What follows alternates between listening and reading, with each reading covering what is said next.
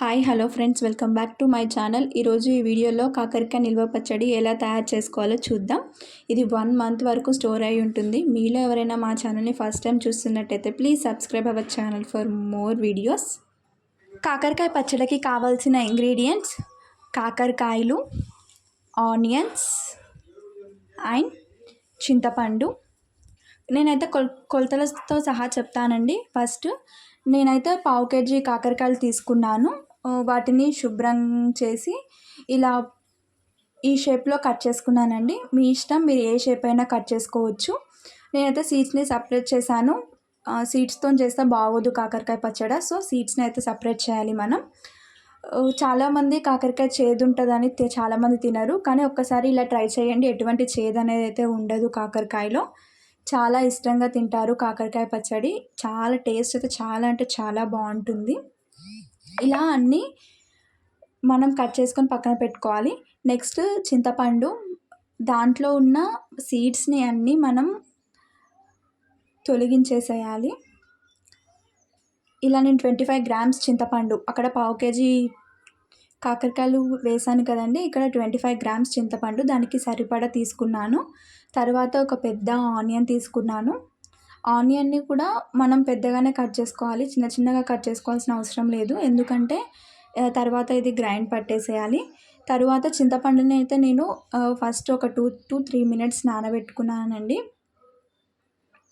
2 to 3 minutes నానబెట్టుకున్నాను. తర్వాత ఒక mixie grinder తీసుకొని దాంట్లో ఫస్ట్ నానబెట్టి పెట్టుకున్న చింతపండును వేయాలి. వాటర్తో సహా వేయండి, ఏం ప్రాబ్లం ఉండదు. నెక్స్ట్ ఫస్ట్ కట్ చేసి పెట్టుకున్న ఆనియన్స్ వేసుకోవాలి. తరువాత దీంట్లో 2 spoons కారం, నెక్స్ట్ టేస్ట్కి సరిపడా ఉప్పు వేసుకోవాలి. తర్వాత మెంతి పొడి, ధనియాల పొడి వేసుకోవాలి.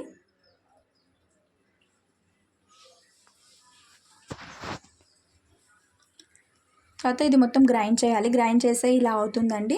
దీన్ని మనం ఒక బౌల్లో సర్వ్ చేసుకోవాలి. ఇలా పేస్ట్ మొత్తం ఒక బౌల్లోకి తీసుకున్నాక తర్వాత స్టవ్ మీద మనం ఒక ప్యాన్ పెట్టుకోవాలి. తరువాత దీంట్లో 4 tablespoons వరకు ఆయిల్ తీసుకోవాలి. మేమైతే పల్లీల నూనె తీసుకున్నామండి. పల్లీల నూనె పచ్చడికి అయితే చాలా బాగుంటుంది. మీకు పల్లీల నూనె లేకపోతే ఏ ఆయిల్ అన్నా అవైలబుల్గా ఉంటే తీసుకోవచ్చు, బట్ పల్లీల నూనె అయితే టేస్ట్ చాలా బాగుంటుంది.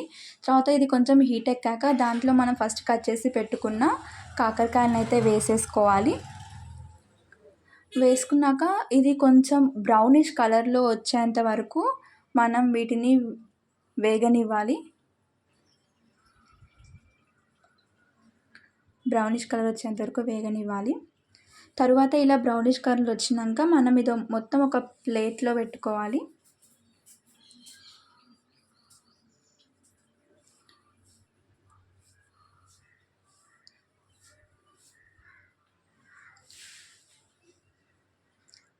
చూడండి, బ్రౌనిష్ కలర్లో చాలా బాగుంది కదా.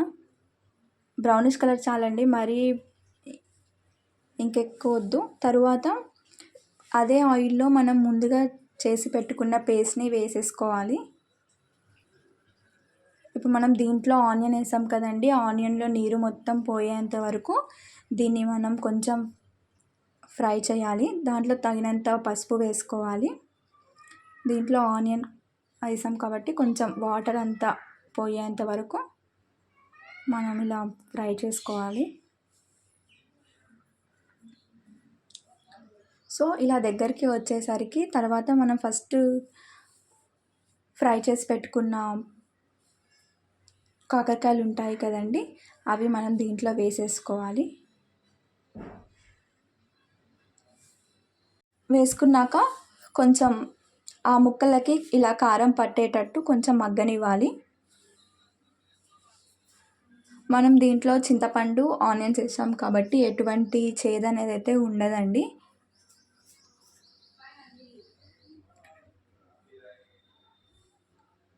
చూడండి, తర్వాత మొత్తం మగ్గినాక ఇలా ఉంటుంది. మా ఛానల్ని మీరు ఏమైనా ఫస్ట్ టైం చూస్తున్నట్టయితే please subscribe our channel for more videos. Bye.